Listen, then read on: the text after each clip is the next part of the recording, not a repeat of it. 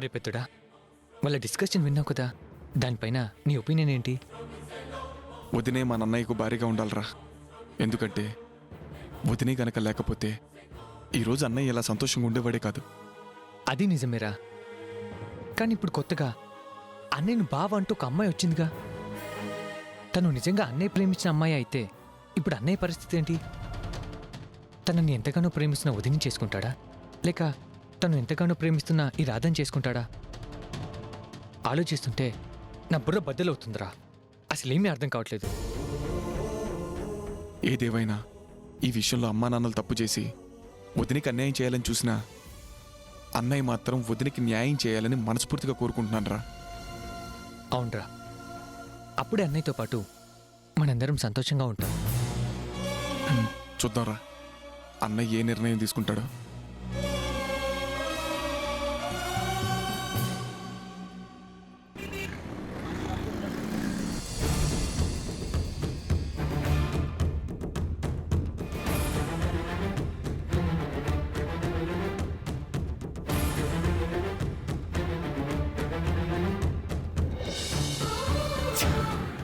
నేను బావా నీ రాధని.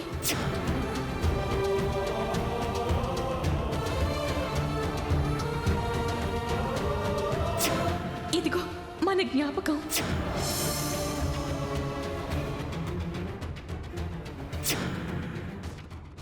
అవును బావా, నేను నీ రాధనే. గుర్తుకొచ్చానా బావా? చిన్నప్పటికీ ఇప్పటికీ నీలో మార్పేం రాలేదు బావా. అప్పుడు ఎలా ఉన్నావో ఇప్పుడు అలాగే ఉన్నావు. నా కోసం నువ్వు ఇంతలా ఎదురు చూస్తున్నావని తెలిసి నాకు ఎంత ఆనందంగా ఉందో తెలుసా బావా? ఏంటి బావా, ఇన్ని సంవత్సరాల తర్వాత నేను నీకోసం వస్తే నువ్వేంటి నన్ను గుర్తుపట్టనట్టు అలా మూడీగా ఉన్నావు? ఏమైంది బావా, ఎందుకలా ఉన్నావు? అబ్బే ఏం లేదు, నువ్వు చెప్పేది వింటున్నాను. లేదు బావా, నేనొచ్చాననే సంతోషం నీలో లేదు. నన్ను చూడగానే అమాంతంగా ఎత్తుకుని గాల్లో తిప్పుతూ నువ్వు ఆనందంలో తేలిపోతావని నేను ఎంతగానో ఊహించుకున్నాను తెలుసా? కానీ నువ్వవేం చేయలేదు సరికదా. నాతో సరిగ్గా మాట్లాడడం లేదు. అదే నాకు బాధగా ఉంది బావా.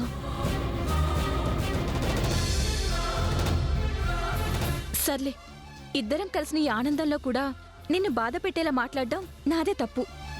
నీ గురించి నీ ప్రేమ గురించి నాకు తెలిసినంతగా ఇంకెవరికీ తెలీదు బావా. నువ్వు ప్రతి క్షణం నా గురించి ఆలోచిస్తావు. నీ మనసులో ఈ రాధకి తప్ప వేరొకరికి స్థానం లేదు. అందుకే నువ్వంటే నాకు ప్రాణం బావా. నిన్ను విడిచి నేను బ్రతకలేను బావా.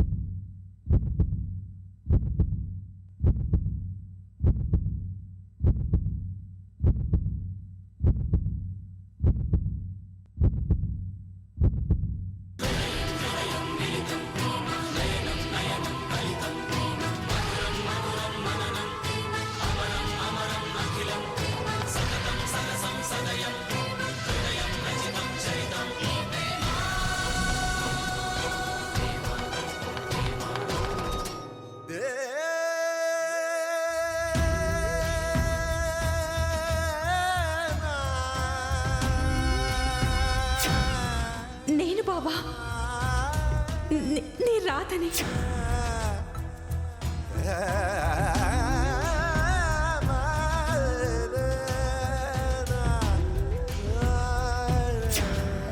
నువ్వు నాకిచ్చిన కృష్ణుడు బొమ్మ బావా, చూడు.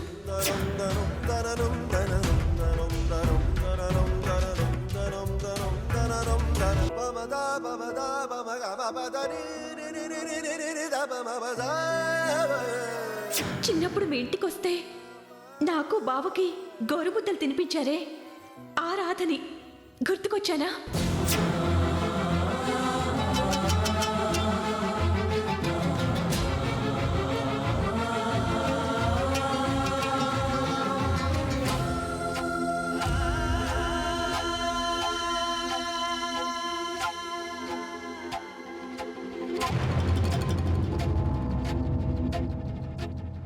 ఏమిటి?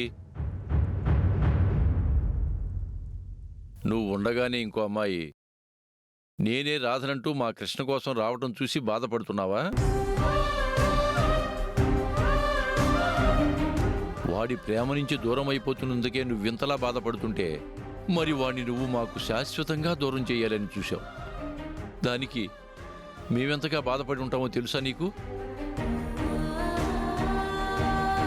నిన్ను వాడి జీవితంలో నుంచి వెళ్ళిపోమ్మన్న కక్షతో మమ్మల్ని సాధించడానికి మీ సిరిని అడ్డు పెట్టుకుని మళ్ళీ ఇంట్లో తిష్ట వేయాలని చూస్తున్నావా?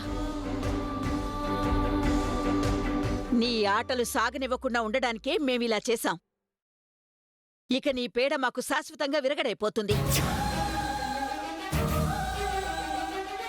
చూడు, నువ్వు మా ముందు ఎంత బాధపడినా ఎంతగా ఏడ్చినా ప్రయోజనం లేదు. నీ కన్నీళ్లతో మా మనసుల్ని కరిగించలేవు. అది గుర్తుంచుకో.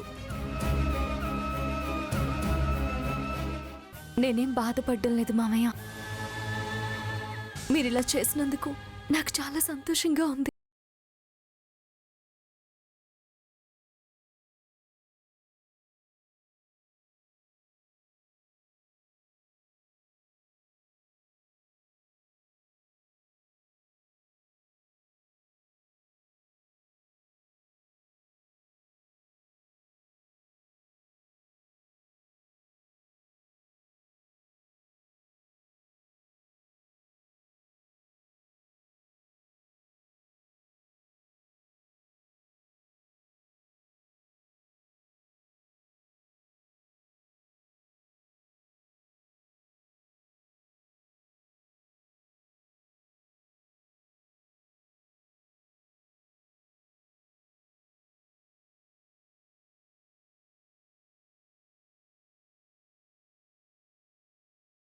లేకుండా చేశాడా భగవంతుడు. అలా అని బావ మనసులో నుంచి రాధగాను లక్ష్మిగాను నాకు నేను దూరమైపోవడానికి ఎంతగా ప్రయత్నించినా బావ నాకు అంతగా దగ్గరవుతున్నాడు. ఇలాంటి సమయంలో బావకు దగ్గరై చూస్తూ చూస్తూ నా చేతులారా బావ జీవితాన్ని నాశనం చేయడం ఇష్టం లేక బావకి దూరంగా వెళ్ళడం చేత కాక నాలో నేనే నరకయాతను అనుభవిస్తున్నాను మామయ్య.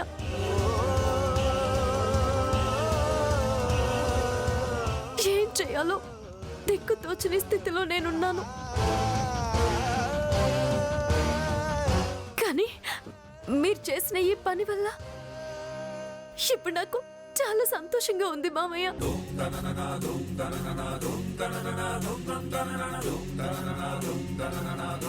నన్ను ఏ రకంగానూ మర్చిపోలేని బావ మనసులోకి ఇప్పుడు ఇంకొక రాత వచ్చింది. బావకి తను ప్రేమించిన రాధ తర్వాతే ఎవరైనా ఏవైనా. అందుకే ఇప్పుడు వచ్చిన ఈ కొత్త రాధ వల్ల బావ నన్ను పూర్తిగా మర్చిపోతాడు. తనే నిజమైన రాధ అనుకుని తనతోనే ఉండిపోతాడు.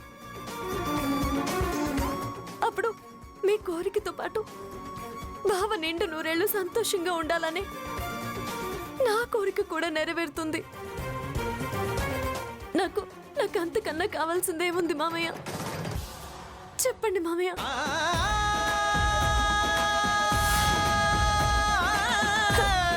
అయినా నా వల్ల కానిది మీరు చేశారు. అందుకే నేను మీకు జీవితాంతం రుణపడి ఉంటాను. బావా ఇక ఈ అమ్మాయిని పెళ్లి చేసుకుని పిల్ల పాపలతో సంతోషంగా ఉండడం చూసి నేను ఆనందంగా బతికేస్తాను మామయ్య, బతికేస్తాను.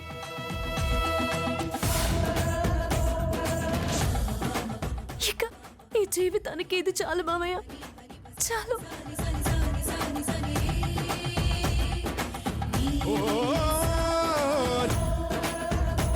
చాలు.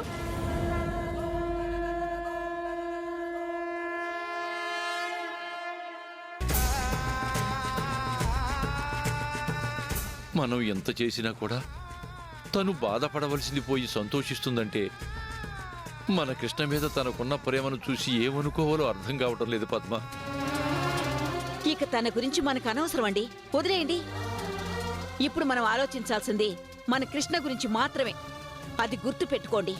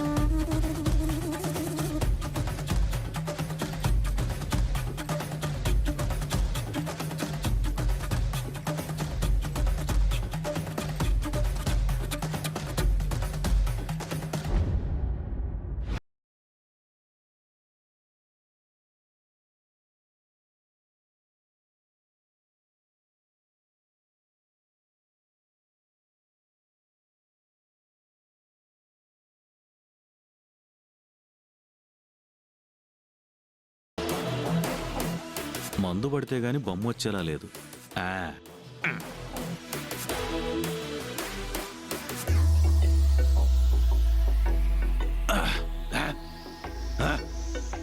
అది ఏం పవరే. ఇప్పుడు పెన్నైనా పెళ్ళమైనా నా మాట ఇక చూడు, ఈ బొమ్మల రాదో నేను చూస్తా.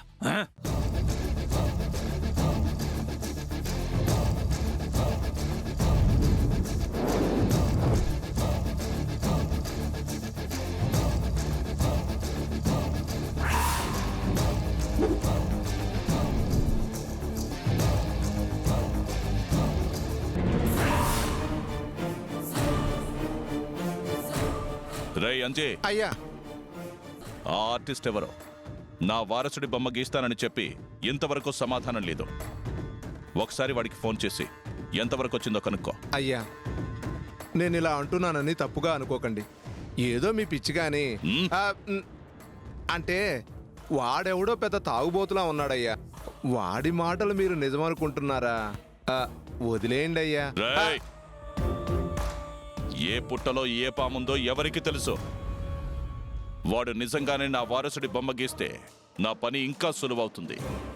వాడికి వెంటనే ఫోన్ చేయి. అలాగేనయ్యా.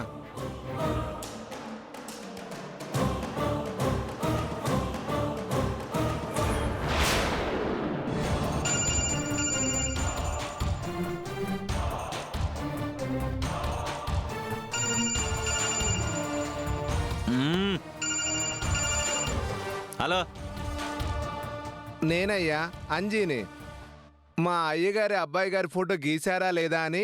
చుక్కలు పెట్టి చెప్పినంత సులువుగా వేయడానికి ఇదేమన్నా సంక్రాంతి ముగ్గు అనుకున్నావా? బొమ్మ, అందులోనూ 10 సంవత్సరాల క్రితం పసికందుగా ఉన్న ఒక పిల్లాడి బొమ్మ.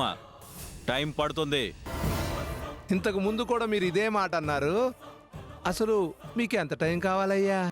ఒక జీవితకాలం సరిపోతుందా అయ్యా?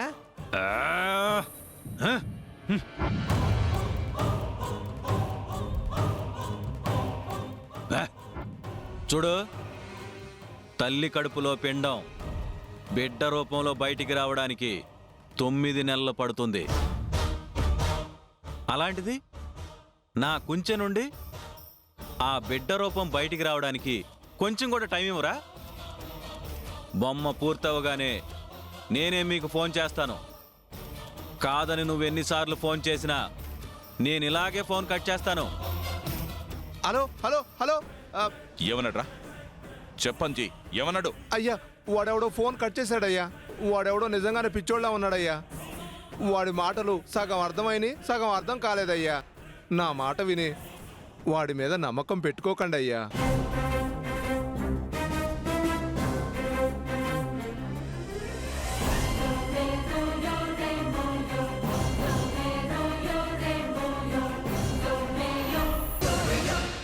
సరే రాంచి, నీ మాట నేనెందుకు కాదనాలి? వాడు బొమ్మ వేసినా వేయకపోయినా నేను మాత్రం నా ప్రయత్నాన్ని వదలను.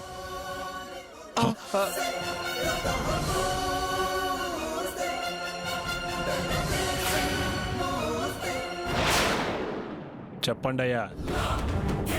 చాలా రోజుల తర్వాత నీతో పని పడింది. చాలా రోజుల తర్వాత ఫోన్ చేశారంటే మ్యాటర్ ఎంత సీరియస్ అర్థమవుతుందయ్యా. ఏం చేయాలో చెప్పండి.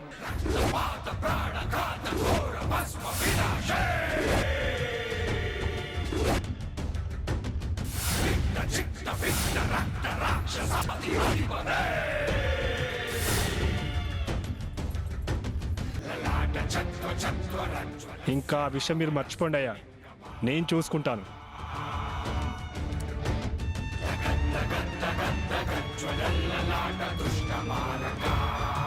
క్షేమం, అంతా క్షేమం.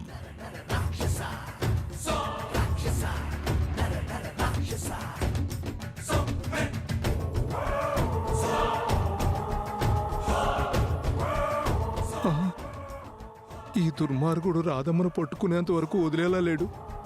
భగవంతుడా, నువ్వే మా రాధమ్మను కాపాడు తండ్రి. రై అంజయ్, అయ్యా వస్తున్నాను.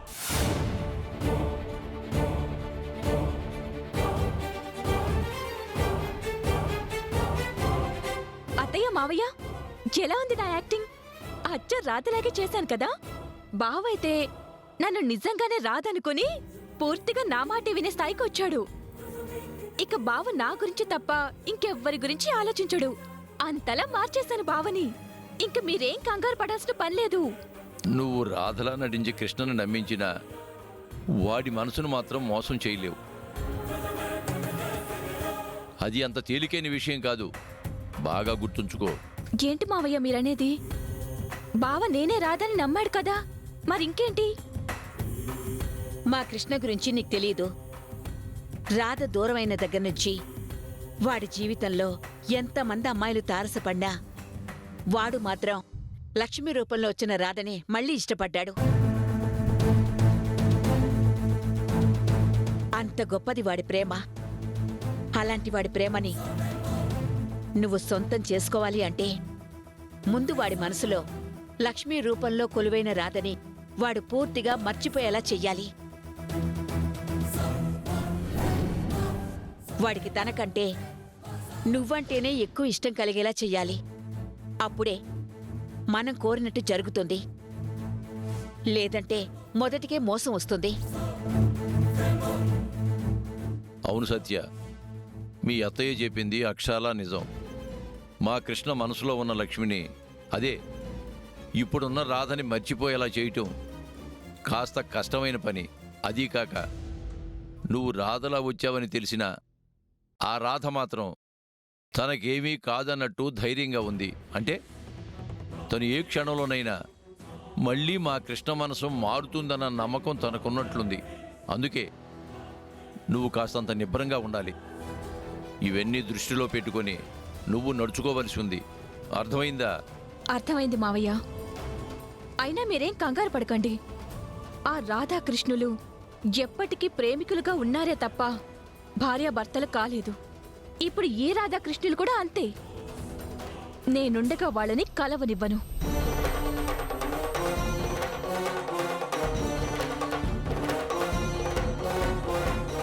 ఆ రాధని తనకు తానుగా ఇంట్లోంచి వెళ్లిపోయేలా చేస్తాను.